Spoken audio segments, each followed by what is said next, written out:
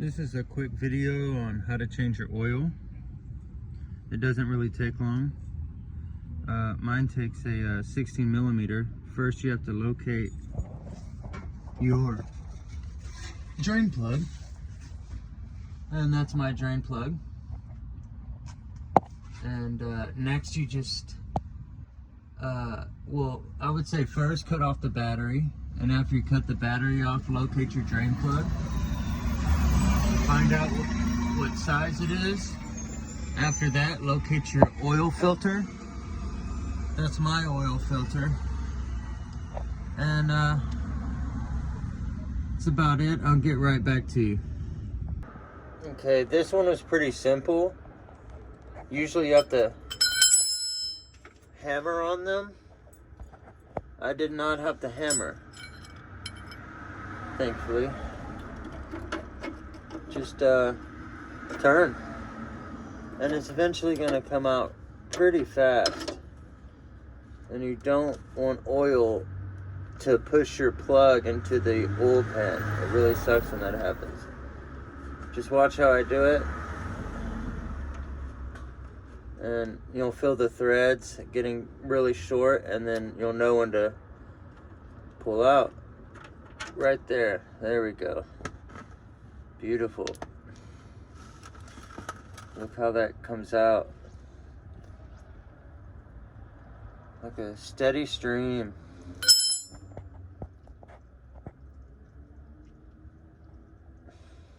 And then next we're gonna pull our oil filter, which is right here. Okay, I wanna make a note. Before you pull your oil filter, you're gonna wanna make sure your drain plug is done draining so you can put your oil pan underneath the oil filter, or you're gonna make a really big mess. Or just put something down on the ground where your oil filter is gonna come off, because it's gonna be filled with oil. This is a really easy job, by the way. You don't have to be a mechanic or anything. Like, literally a 12-year-old, this is something a 12-year-old could do. There's no reason to have to pay anyone to change your oil. It's so easy. Matter of fact, you can usually pull these off by hand. I usually just use my grip. If you don't have like grip or anything, just use a wrench or a filter wrench or filter pliers. Okay, for my situation, I used motor flush because I drive a car from 1996, a van. And this is really good. It's got diesel fuel in it and stuff that breaks down the oil. Diesel fuel, kerosene, distillates, petroleum, what have you. And so I drained it overnight so I could get everything out. And this is my oil filter. Got a good oil filter because I do road trips, and I don't want anything to break down.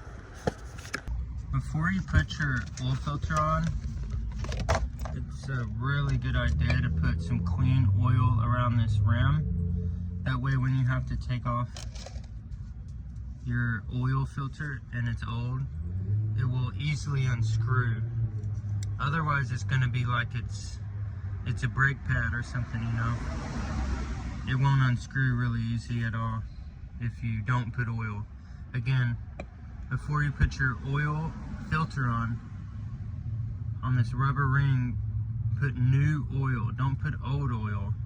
Put new oil, because old oil will just, it gets a little gummy and it could just make it stick and make it really hard to unscrew. That's it. Okay, now that I got our oil filter good and oiled up, let's put it on. You can see the oil is on there. That's how you want to do it. Just put a little oil in the lid from your new oil and put it on the rim of your new filter, the rubber. Okay, so locate where your oil filter goes. You'll probably remember because you took it off.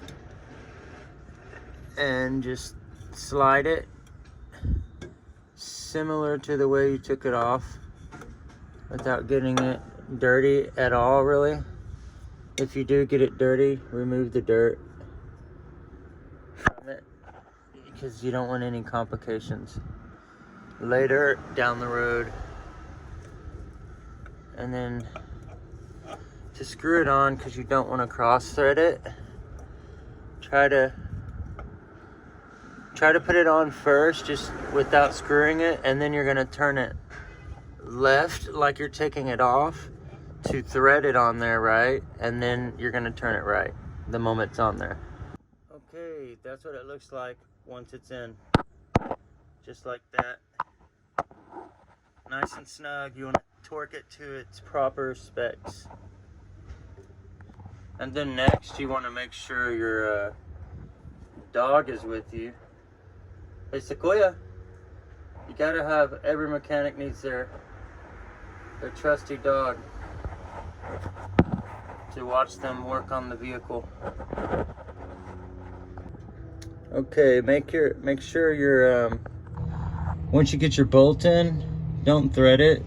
Again, when you put a new bolt in, turn it left first and then turn it right. It kind of helps the threads find each other. And then snug it really tight, but not too tight. You don't want to crack your pan. And then, yeah. Okay, now it's time to add the fluids. Really simple to do. You just locate your vehicle's inlet for your oil. Usually has a cap on it, but the cap fell off mine. This is the remnants of the cap. It'll have like an oil signal on it, an oil symbol.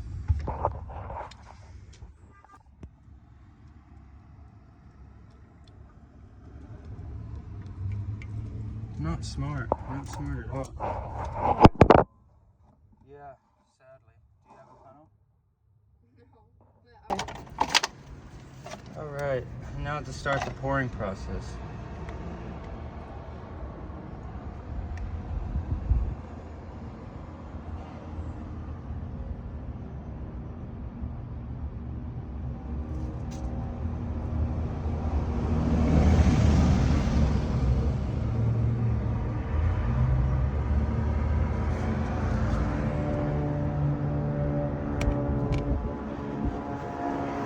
And because I forgot to prime the oil filter, all you have to do is just add an extra quart. You don't have to prime the fuel filter.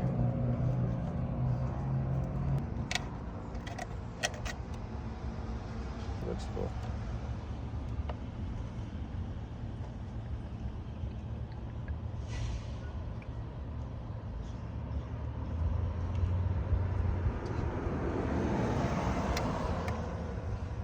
And then our next step, you gotta check, once we crank the engine, check underneath your vehicle to see if there's any leaks.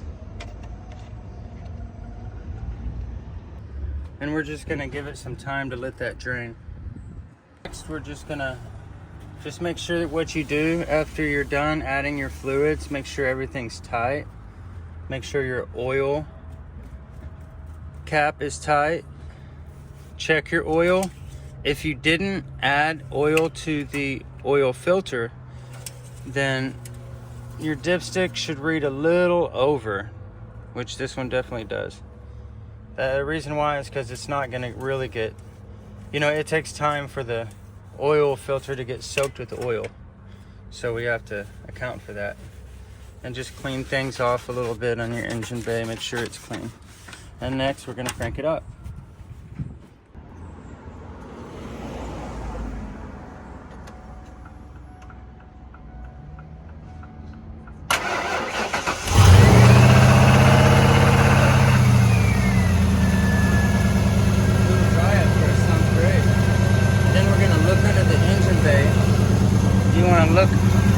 Look under, make sure there's no leaks.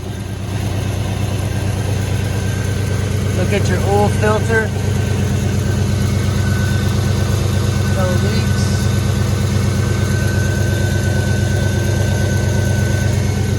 Looks great. What you think, Sequoia? Looks good. And then next, you really want to recycle your oil. Be really careful not to spill anything on the ground. And I'm probably gonna get someone to hold this. And let's see if we make a mess. Take it slow. Very slow. Ugh, it's on my finger already. It's a sludge. Also, I used that cleaner, so it got the engine really clean. It's dripping.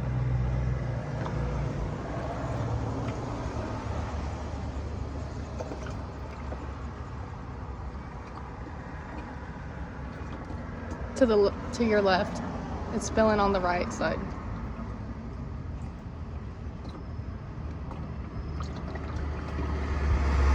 That's right. Perfect.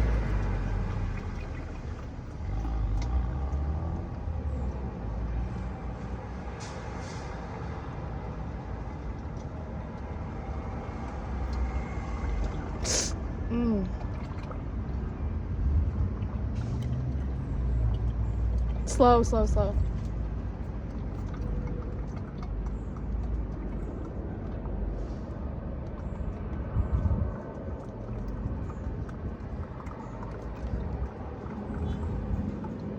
Yeah, that's fucking it up. Yeah. Ugh. Give a tap on it.